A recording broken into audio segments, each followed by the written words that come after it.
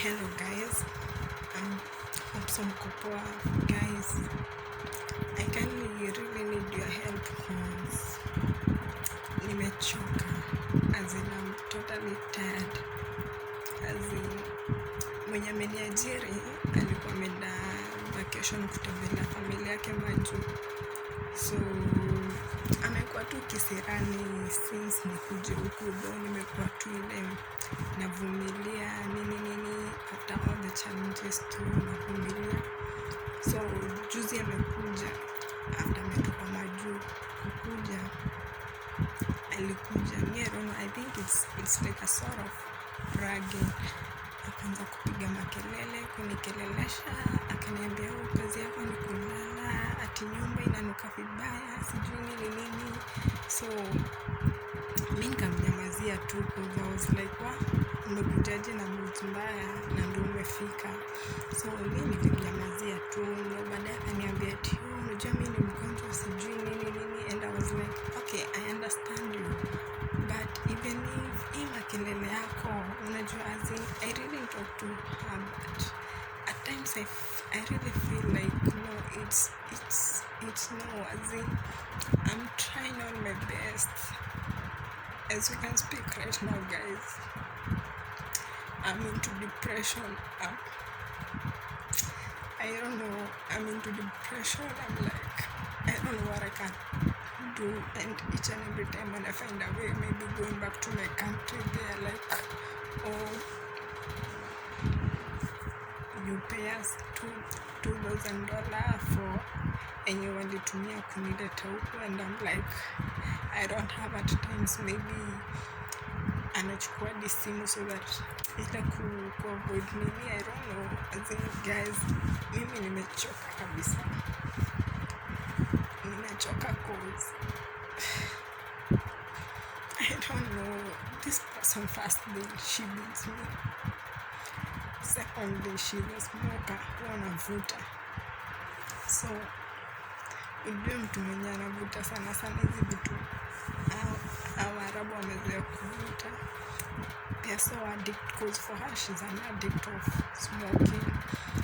So I'm like, I'm kinda stressed up because aliniambia she also threatened me like nijue ni nani na deal naye cause yani doki na familia yake na mabeshto wake ni karao. So I should.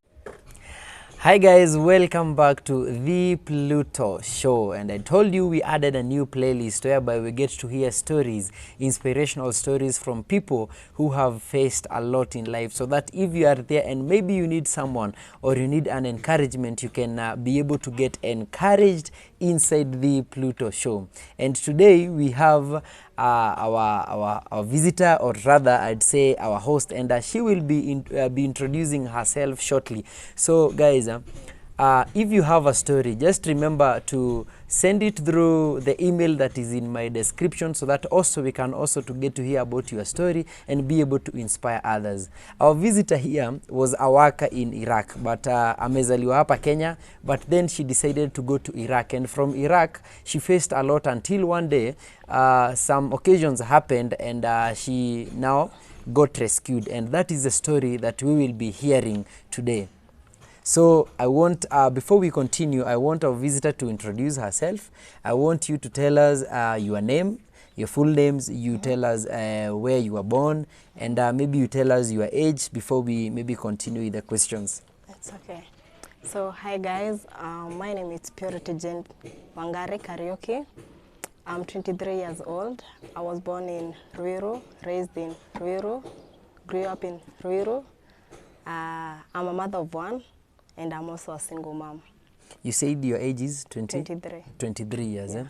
So, you know, so that I came to know you, I knew you through Mwakazi. Yeah. He showed me some of the videos that went viral Yeah, when you were in Iraq na wakati ulikuwa na face hiyo mambo yote. But now, before you went to Iraq, what happened so that you made that decision that you wanted to work in Iraq? The main reason as to why I went to Iraq, I just wanted space. It's not like something I wanted. I wanted to go for job. No, I just wanted to space, since I'm a single mom and I was facing a lot, so I just wanted to go far away from my family and my friends. Did you go with your son, or your son No, was left behind? my son was left behind. How old is your son? Right now he's turning 24 years. Oh, turning 4 years. Yeah. So which year did you go to Iraq?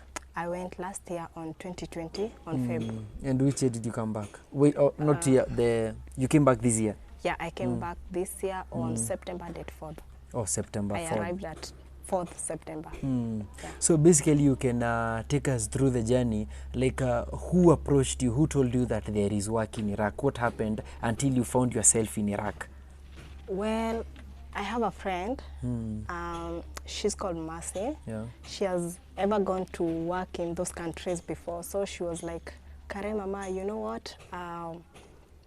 There's this agency and they are recruiting people to go and work in different countries. And I was like, well, okay, let me just go. It's not like I want to go, but let me just go. And we just started the procedure like that. We searched for the passport and just like that. With a period of time, we just went. But for her, she went before me. She was still in Iraq? No, she was in different. For her, she first went in Qatar. Qatar. Then she came back when she was 7 months, then got another job and went to Saudi. But through the same agency. But now for me, I didn't get job for Saudi, I got in Iraq.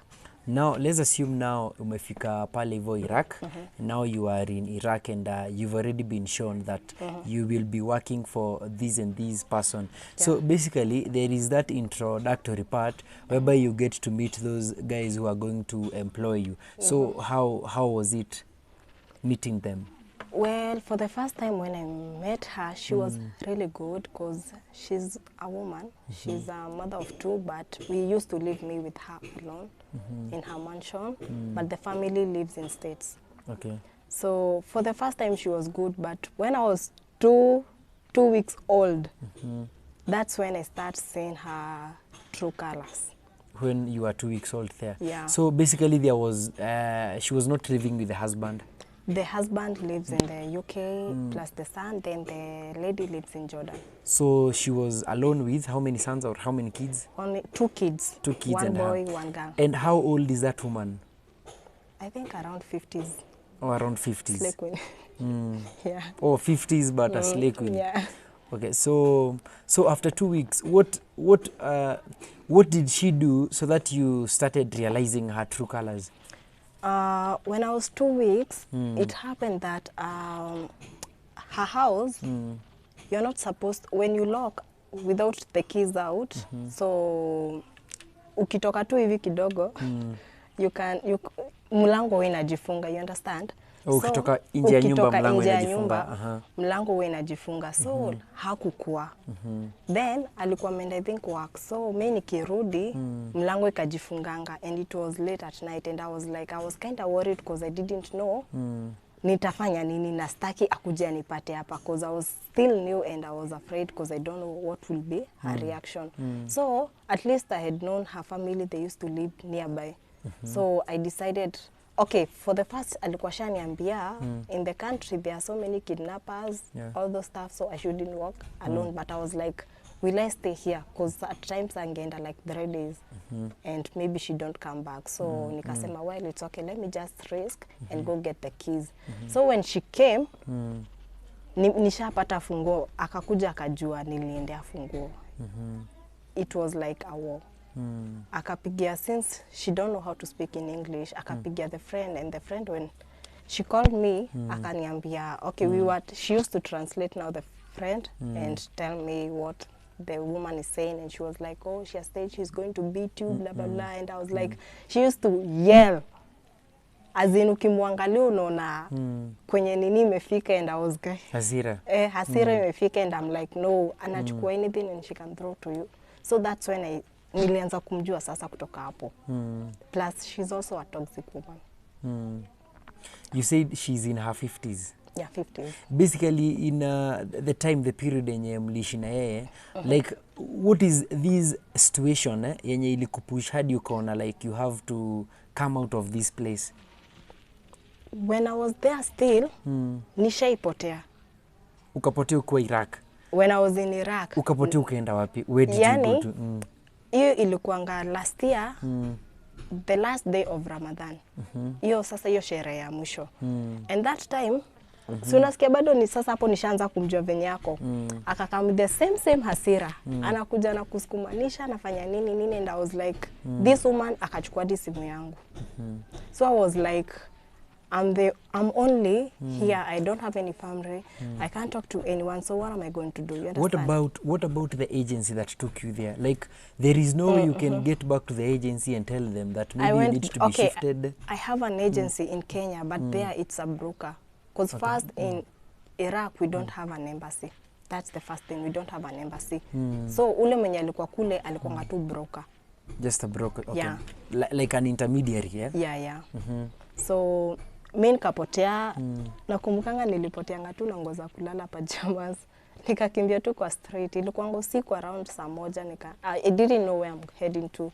Nikaanza tu kufuata njia venye iko, but I was kind of afraid because still I was like maybe I get been kidnapped ama niuliwe, because you know Iraq, it's a country of war. So I was kind of afraid and I was like, well, it's okay. Anything happened to me, I'm okay. So nikapata uzuri. I met a good guy. He was just smoking outside shisha and nikaenda nikampata and I was like, hi, I'm so and so, I need help. I don't have a phone and I want to communicate to my parents. And akaniuliza umetoka wapi? Nikamwambia me even I don't know. I just want help. And he was like, well, it's okay, I'm going to help you. So then hapo ndo sasa tulipata usaidizi. Kupata usaidizi, ule broker, okay, my dad had to communicate with the agents wa huku. So after communicating with the agents from here, wakaongea na ule broker anikamie kwenye nilikuwa. So nikaenda sasa kwa the same broker, ndo alinikujia kwenye nilikuwa. So in Iraq there is a broker and in Kenya there is a broker when you want to communicate. Yeah. So you went to the broker who is in Iraq. Yeah. Nikaenda nikakaa kwake. Ndo alinikujia na nikakaa kwake. So nikakaa for that night. Then the following day the broker insisted me, you know, you have to go to that woman because she's your sponsor, nini, and I was like, I can't go to that woman. Let me ask a question. This broker who is in Iraq, is he Kenyan or he's from Iraq? From Iraq. Oh, so he's a guy from there? He's a guy from but there. But the one from Kenya is Kenyan? No. He's still a guy from there? No, he's a lady, but I think she's an Egyptian. Ni Mwarabu, but sasa amekuja akaseto Kenya. Okay. So you told him so akakwambia you need to go back to the woman. Yeah, now the following day wakan insist and I was like, if you don't want me to do anything bad to you, so you'll have to go. And I was like, huko unajua sasa kwa Waarabu kukosange guns, unenanga kila kona unaona so I was like, what if this guy had decided anything? So nikasema ni sawa. So nikatulia tu na nikarudi. Yeah. So did the woman welcome you back? Well, alini welcome. Then after kuni welcome, I remember her words what she told me. Aliniambia, know who you are dealing with. I don't deal with agents. My friends are police and my family are police and I'm a doctor. And I was like, well, okay. The woman is a doctor? Yeah, she's a doctor. But a lecturer. Lecturer. Oh, lecturer. Yeah. Okay. So, okay, unajua bado mimi niko the point that you went to the streets, eh? Yeah. Now, ndo ifike point ulipotea, like, ni kugombana, mligombana sana. What happened ndo upotee uende kwa streets na pajamas, yeah? Tuliletana juu sana, of which me I don't argue. I just keep quiet. So, hiyo kunyamaza ndo ananichapa. Plus, don't forget, bado when I was there, kwa huyu broker, cause of course, alikuja kunipigia huko. Kwa the same broker. Wait. Nani akakupiga? The woman, cause after nimerudishwa kwa huyo broker, of course the broker so you didn't go, wewe si wewe ulienda kwa the woman alikukujia. She came for you. What happened is that night the broker came for me. You understand? Of course he had to call that woman. First of all, they come, they sort out the issue. They know the main reason as to why nilihepa. Una get? Yeah. So iyo kukuja alikuja wo.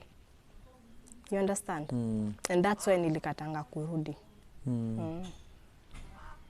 Na sasa ndo ifike point that you took that video, the video that went viral, ndo sasa upate hiyo usaidizi. Ndo ifike point ulichukua hii video, like what happened ndo ikafika point ukasema enough is enough? The main reason as to why I had to take that video is, you see, that was the first scenario. The second scenario, the same year, this year now on May. This year May. Yeah, on May. Huyu mama akiwa na hasira za kwake, because that time I remember the daughter was there.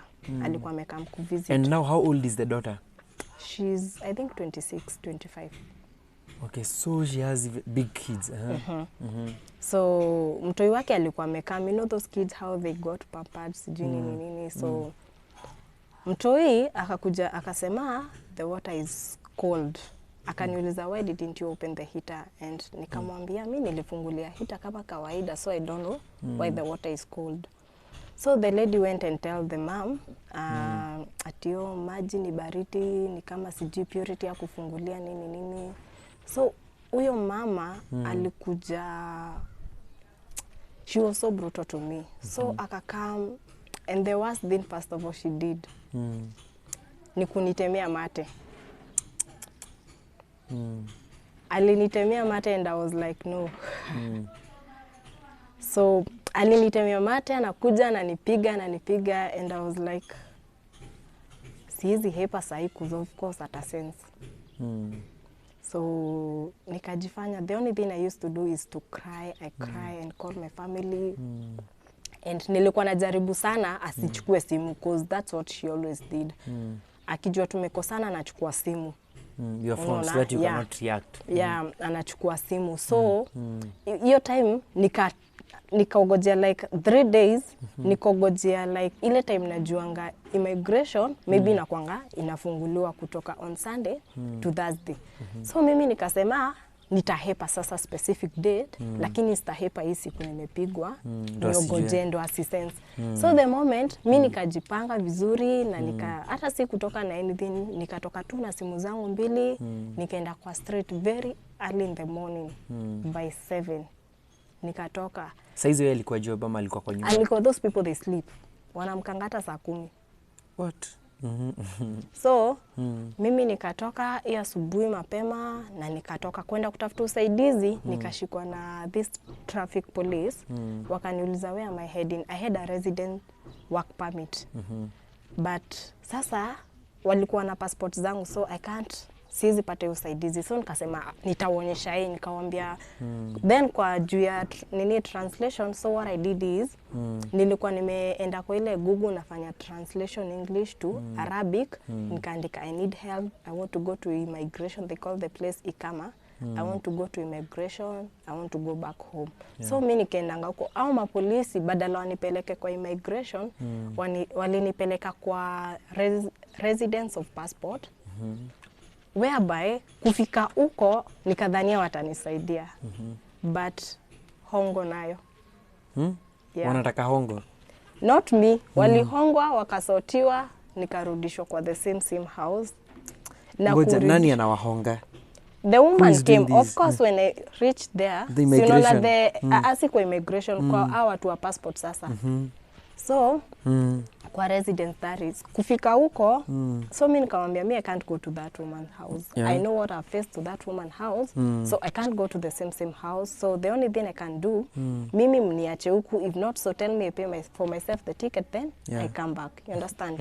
So that's what happened. So wakaniambia ni sawa, wakaniforce, nikamwambia no, I'm not going.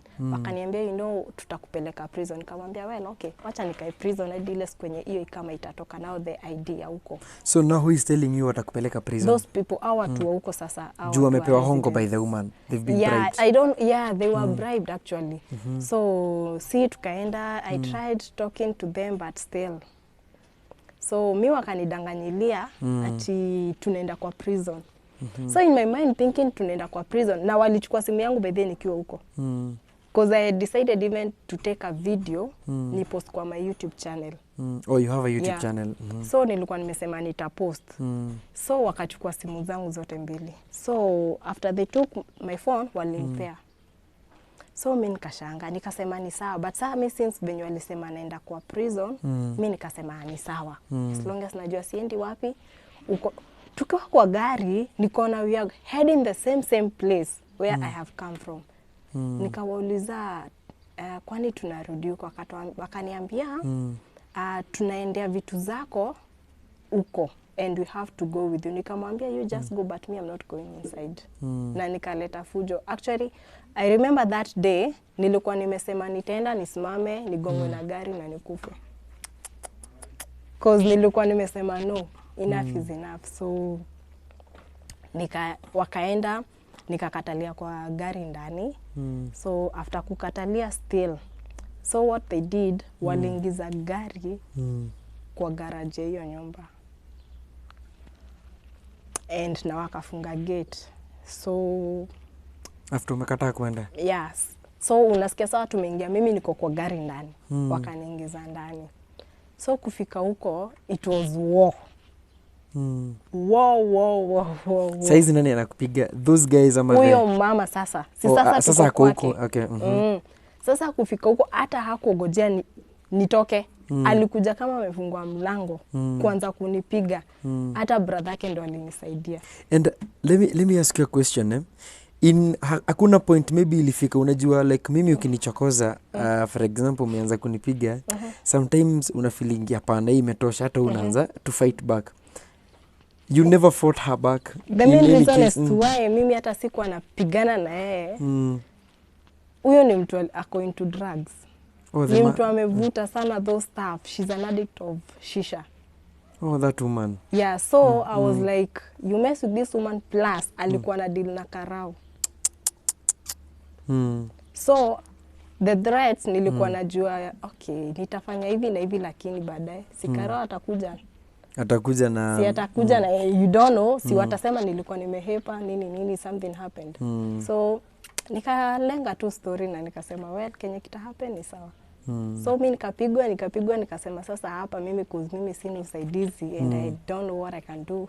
I will have to stay here, wait for my period, then I go back.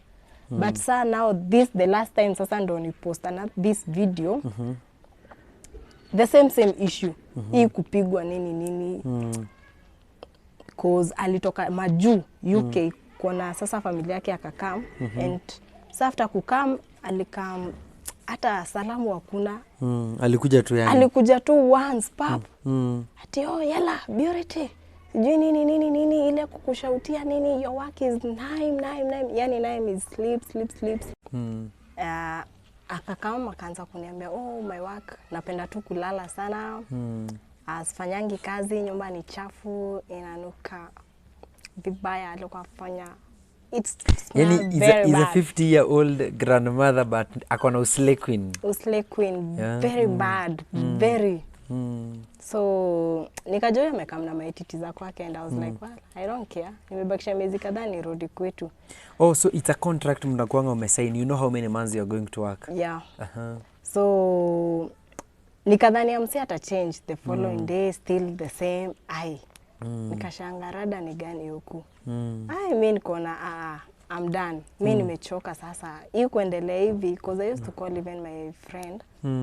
She's in Bahrain. Yeah. Tulienda naye the same day. Nilikuwa namwambia mama kuko hivi na hivi and she was like kulingana venye kuko cause I used to even record. Natumia beshti yangu aniambia mama sasa kwenye kumefika. This woman ashachoka na wewe. So mimi nikamwambia well okay the only thing I can do mimi nitatafuta tu usaidizi. Yeah. But nilikuwa nishaanza hata kutafutanga bado usaidizi kitambo. Unaona? Yeah. Ni venye hazikuwa zina go through. So hapo sasa ndo kulikuwa na another YouTuber still. She's a friend of mine. She's called Brenda. Motivation with Brenda. Ndo actually ndo aliniconnect na them wakazi. So now from the Mwakazis, ndo sasa wakani help ni post the video. Plus also another, I think he's also a YouTuber, sikumbuki jina poa. Ako Dubai, a guy. So, but yeye post kwa TikTok, nika record, then I just sent to them. Ikaenda tu hivyo viral, nini, nikapata usaidizi. Wengine wananiambia fanya hivi, use this means nini. So kutoka hapo huyo mama akaanza kukama, kaniambia you want to go back to Kenya? Well, okay, no mshikila. No mshikila to mean? No problem. But venye bado anakuambia with anger, with hatred, unaona, anakutusi you guys your donkey, anakutusi majina zote.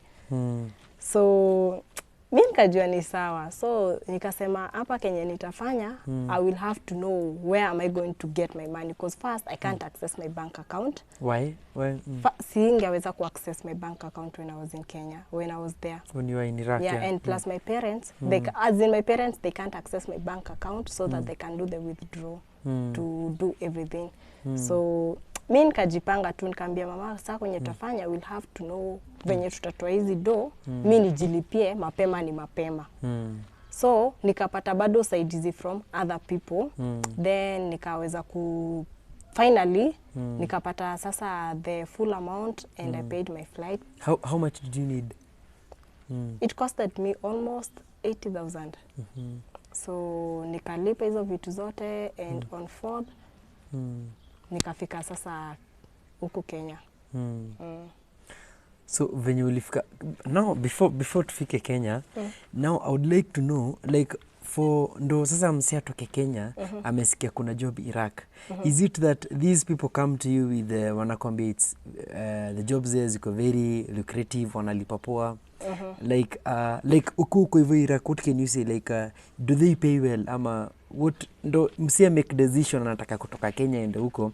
Do you think it's because of money? Most of people go because of money. Most. Because first Iraq kuna do. Without the agent, unalipwa poa sana.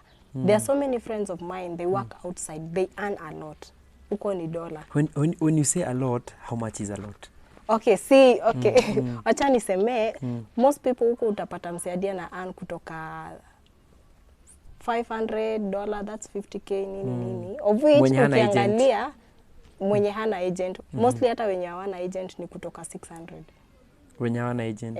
So agent wanakupianga nusu. So 500 to 600 is around 50,000 to 60,000, yeah? Yeah. So kama uko na agent, you utalipwa $300. That is like 30,000. Yeah. So most of them wanachukulianga ile ya haulipi rent, una provide your food, so unaona you can do some savings. You understand? So that's what people, most of them, they look at. Oh yeah, sure. Because you can save the whole amount. Compared when you're in Kenya. Now we are now in Kenya. Tusha land Kenya. Now umetoka Iraq umekuja Kenya. Unajua kwanza kuna ile kufile.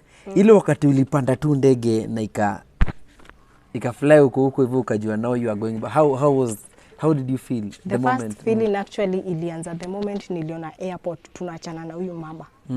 Ara sikumwambia bye. Walikupeleka hadi airport. And I was afraid because she used to threaten to me. Hiyo siku anaezaenda na nimalize. So bado nilikonga zile za Mungu tu nisaidie nifike tu hiyo airport. So the moment tu niliona airport iko pale nilikuwa nimesema ukileta ujinga na mimi natoka na hii gari. Na the months that you worked for, she paid you? The last month she didn't, but I don't care about the money. Yeah. Sure. So saizi like and you got connected back to your son? Yeah, I got connected back to my son, whereby at least I'm happy, although still convince mtoto inakuwa kinda challenging, but at least I'm back to my family. Yeah. And how can you tell those, those guys who are looking forward to go to those countries? And one thing, is it each and every employee mwenye ako hivyo ama kuna wenye, have you heard wenye ni wapoa? Unajua isikue kuna wazuri but still hakukosi challenges. They can tell you. As long as you are black, I don't know how they treat us black. Not only us, I have so many friends there from Sierra Leone, from Nigeria, from Ghana. Oh, friends from Iraq, wenye walikuanga huko. So and some have better employees. Wanahepa. Most of them ni kutoroka, wanatoka kwa employers wao wanaenda sasa nje. No, because of mateso. Yeah. But me, what I can tell people is, if you want to go to those countries, never go as a house help. Never. Any other work but not a house help? No. Yeah. So, tunasemanga asiyesikia Inakuangaje hiyo, there is a certain msemo kila inasema mkuu. huvunjika guu. Na hapa hivi tunasema mkuu sio kiumri, but yule msemo mwenye ashapitia hiyo na akaona akajionea mambo. So guys, thank you very much for continued support and watching our videos, and remember, if you have a story, remember to share with us. Just like her, she alipata hiyo courage and was able to share the story. And the point of all these, the Pluto Show, is to be able to inspire others and to change lives. Thank you.